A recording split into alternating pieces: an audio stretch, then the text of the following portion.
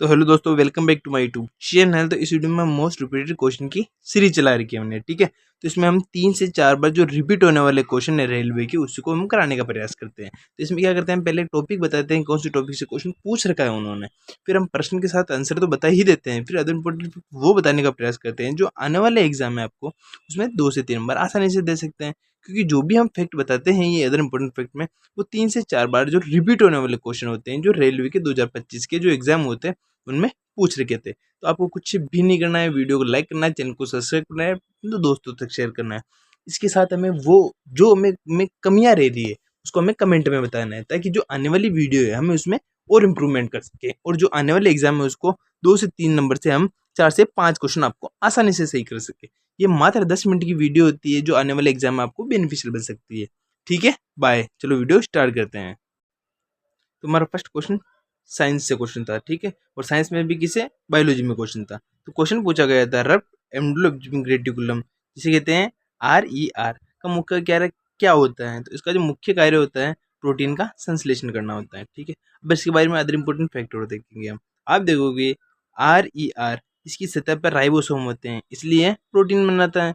क्योंकि जो राइबोसोम उसे प्रोटीन की फैक्ट्री कहा जाता है। समझ में आया नहीं आया? अब आप देखो SER, इसे कहते हैं स्मूथ ER, इसकी सतह चिकनी होती है और ये लिपिड वसा के संश्लेषण में हमें सहायता प्रदान करती है, ठीक है।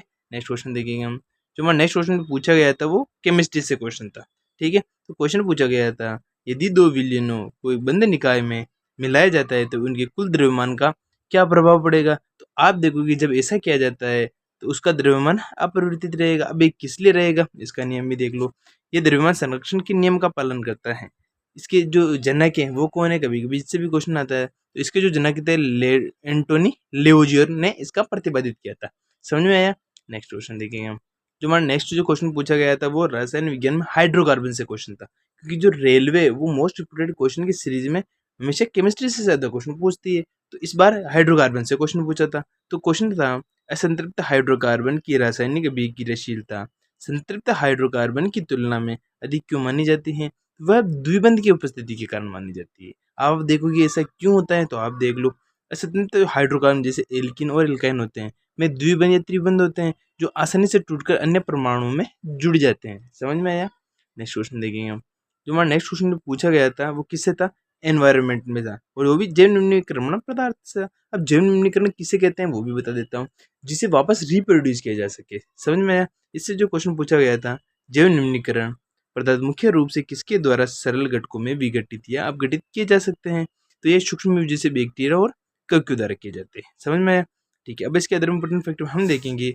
ये सूक्ष्म जटिल कार्बनिक पदार्थों को सरल अकार्बनिक पदार्थों में तोड़ देते हैं, जो मिट्टी की उर्वरकता बढ़ाने में हमें हेल्प करते हैं। समझ में आया? ठीक है। जैसे प्लास्टिक जो होता है ना, अजैव निर्माण होता है। अब आप पूछोगे क्यों, क्योंकि ये सूक्ष्म जीव द्वारा विघटित नहीं किया जा सकता, इसलिए तो हमेशा जो प्लास्टिक है उसे कम यूज करने की सलाह दी जाती है, क्योंकि इसे आसानी से विघटित नहीं किया जा सकता। अगर हम विघटित करना चाहते हैं, अगर हम जला के करना चाहते हैं, तो ये प्राकृतिक में कार्बन की मात्रा को बढ़ा देता है, जिससे पोल्यूशन की मात्रा बढ़ जाती है। समझ में आया? ठीक है। नेक्स्ट क्वेश्चन देखेंगे हम। तो नेक्स्ट क्वेश्चन है हमारे वापस साइंस में रक्तचाप से क्वेश्चन था, जिसे इंग्लिश में ब्लड प्रेशर कहते हैं। समझ में आया? ठीक है। इससे क्वेश्चन पूछा गया था, रक्तचाप मापने के लिए ओसिलोमेट्रिक पद्धति का प्रयोग मुख्य रूप से क्यों किया जाता है। ठीक है। इसका प्रयोग क्यों किया जाता है, इसमें फैक्ट दे रखे थे, तो आपको याद रखना है इसमें, क्योंकि इसमें स्टेथोस्कोप की आवश्यकता नहीं होती है, और ये स्वचालित उपकरणों के लिए उपयुक्त मानी जाती है। स्वचालित का मतलब ऑटोमेटिक उपकरणों के लिए उपयुक्त मानी जाती है। समझ में आया? ठीक है। अब इसके अदर इंपोर्टेंट फैक्ट में हम देखेंगे, डिजिटल ब्लड प्रेशर मशीन इस तकनीका का उपयोग करती है, जो धमनी की दीवारों में होने वाले कंपनों को मापती है। इसका मतलब मेजरमेंट करती है। समझ में आया? नेक्स्ट क्वेश्चन देखेंगे हम। जो नेक्स्ट क्वेश्चन जो पूछा गया था वनस्पति विज्ञान में टिश्यू से क्वेश्चन था। तो जो क्वेश्चन पूछा गया था, पौधों में जल और खनिजों की ऊपर की ओर संवहन मुख्य रूप से किसकी सहायता से होता है। तो ये जाइलम द्वारा होता है, जैसे जाइलम जैसे जल के द्वारा होता है। अब जाइलम देख लो क्या होता है, जड़ों से पानी पोषक तत्वों को पत्ती तक पहुंचाने का कार्य करता है। समझ में आया? और फ्लोएम देख लो, पत्तियों द्वारा बनाए गए भोजन जैसे चीनी को पौधों के अन्य भागों तक पहुंचाने का कार्य इसका होता है। समझ में आया? नेक्स्ट क्वेश्चन देखेंगे हम। जो नेक्स्ट जो क्वेश्चन पूछा गया था फिजिक्स में वर्क से क्वेश्चन था। आप देखते हो कि जो रेलवे में मैंने क्या देखा कि सबसे ज्यादा साइंस से क्वेश्चन आते हैं, इसलिए मैंने साइंस को सबसे ज्यादा लिया। तो क्वेश्चन पूछा गया था, यदि कोई व्यक्ति एक स्थिर दीवार को धक्का देता है लेकिन दीवार अपनी जगह से बिल्कुल नहीं हिलती, तो भौतिकी के अनुसार किया गया कार्य कितना होगा, तो किया गया कार्य 0 होगा। अब आप पूछोगे कैसे, तो आप देखो भौतिकी में कुल कार्य का जो सूत्र होता है वो होता है फोर्स इंटू डिस्प्लेसमेंट। अब जो फोर्स तो आपने लगाया 100 न्यूटन का, ठीक है, लेकिन डिस्प्लेसमेंट हुआ 0। तब 0 को किसी भी संख्या से गुणा करो, आंसर 0 आएगा। इससे एक एग्जाम्पल के माध्यम से मैं बताता हूँ। आपने 2 मजदूर लाए, आपने कहा कि इस दीवार को मुझे 10 मीटर दूर धकेलना है, लेकिन उन्होंने अपना पूरा दम लगाया दोनों मजदूरों ने, लेकिन इस दीवार को वो आगे धकेल नहीं पाए। तो क्या शाम को आप उनको पैसे दोगे क्या? नहीं, क्यों? क्योंकि आपने जो काम किया वो तो उन्होंने किया ही नहीं। उन्होंने 100,000 10,000 कितनी भी मेहनत की हो, लेकिन अपना काम ही नहीं हुआ तो पैसे क्यों देंगे? समझ में आया? इसी प्रकार जो वर्क में अगर डिस्प्लेसमेंट 0 है तो किया गया कार्य भी 0 होगा। ठीक है, आप देख लो, यदि विस्थापन 0 है तो किया गया कार्य भी 0 होगा, चाहे लगाया गया बल कितना भी अधिक क्यों ना हो। समझ में आया? नेक्स्ट क्वेश्चन देखेंगे हम। जो हमारा नेक्स्ट जो क्वेश्चन पूछा गया था वो भूगोल में उत्तराखंड से था। ठीक है, तो क्वेश्चन पूछा गया था उत्तराखंड के कौन से 2 जिले हिमाचल प्रदेश की सीमा को स्पर्श करते हैं। तो इसमें एक तो उत्तरकाशी हो गया, एक देहरादून हो गया। ठीक है, अब हम देखेंगे उत्तरकाशी देहरादून जिले हिमाचल प्रदेश के साथ अपनी सीमा साझा करते हैं। ठीक है, अब आप देखो उत्तराखंड उत्तर में तिब्बत, चीन और पूर्व में नेपाल के साथ भी अंतर्राष्ट्रीय सीमा साझा करते हैं। मतलब इंटरनेशनल अगर बाउंड्री पूछ ले तो एक तो नेपाल होता है, एक तिब्बत होता है। समझ में आया? ठीक है, नेक्स्ट क्वेश्चन देखेंगे। जो नेक्स्ट जो क्वेश्चन पूछा गया था वो रसायन विज्ञान में किससे था? कैल्शियम क्लोराइड का जो मोलर द्रव्यमान कितना होता है, ये क्वेश्चन था। तो इसका होता है 111। अब आप पूछोगे कैसे होता है, तो आप देखो कैल्शियम का क्या होता है, परमाणु द्रव्यमान 40 होता है। ठीक है, जबकि जो क्लोरीन है उसका जो परमाणु द्रव्यमान 35.5 मोलर किलो में होता है। जब हम गुणा करेंगे तो 40 प्लस 35 इंटू 2 तो 111 ग्राम होगा। समझ में आ गया? इसका उपयोग बर्फ को पिघलाने व धूल को नियंत्रित करने के लिए किया जाता है। कभी कभी कैल्शियम क्लोराइड का वर्क भी क्वेश्चन पूछ सकता है कि ये किस लिए यूज होता है। समझ में आया? ठीक है, नेक्स्ट क्वेश्चन देखेंगे हम। तो हमारा नेक्स्ट क्वेश्चन किससे पूछा गया था, देखते हैं हेलो गाइस। तुम्हारा नेक्स्ट क्वेश्चन तो इंडियन कॉन्स्टिट्यूशन से क्वेश्चन था। ठीक है, जो आर्टिकल होता है ना उससे क्वेश्चन था। तो क्वेश्चन था भारतीय संविधान का अनुच्छेद 338 निम्नलिखित में से किससे संबंधित है? तो वह राष्ट्रीय अनुसूचित जाति आयोग से संबंधित है। ठीक है, जिसे इंग्लिश में national commission for schedule caste के नाम से जाना जाता है। अब इससे रिलेटेड 2 इंपॉर्टेंट और आर्टिकल बन सकते हैं, तो वो भी देख लो। एक तो आता है अनुच्छेद 338A और एक 338B आता है। समझ में आया? ठीक है, 338 आता है राष्ट्रीय अनुसूचित जनजाति आयोग अन्सी एसटी से संबंधित है, जबकि जो राष्ट्रीय पिछड़ा वर्ग आयोग अन्सी बीसी से संबंधित है। 338B समझ में आ गया? ठीक है, इसे आप तो बी से national commission for backward class से हो सकता है। ठीक है, नेक्स्ट क्वेश्चन देखेंगे। तो हमारा नेक्स्ट क्वेश्चन नियुक्ति से था, जो अपॉइंटमेंट हुई थी उससे क्वेश्चन था। ठीक है, तो अपॉइंटमेंट किसके द्वारा होती है, इससे भी कभी क्वेश्चन आता है। तो ये पूछ रखा था श्री एस कृष्णन को जम्मू कश्मीर बैंक को अंशकालीन अध्यक्ष नियुक्त करने की मंजूरी किसने दी? तो ये अपने भारतीय रिजर्व बैंक ने दी, जिसे आरबीआई के नाम से जाना जाता है। ठीक है, अब इसके इंपॉर्टेंट फैक्ट में हम देखेंगे बैंकिंग क्षेत्र में उच्च पदों की नियुक्तियों के लिए आरबीआई की मंजूरी की आवश्यकता होती है। ठीक है, जम्मू कश्मीर बैंकिंग निजी क्षेत्र का बैंक है, जिसमें जम्मू कश्मीर सरकार की सबसे बड़ी जिम्मेदारी मानी जाती है। समझ में आया? नेक्स्ट क्वेश्चन देखेंगे हम। तो हमारा नेक्स्ट जो क्वेश्चन पूछा गया था वो किससे था? आधुनिक भारत का इतिहास से, मॉडर्न हिस्ट्री से क्वेश्चन था।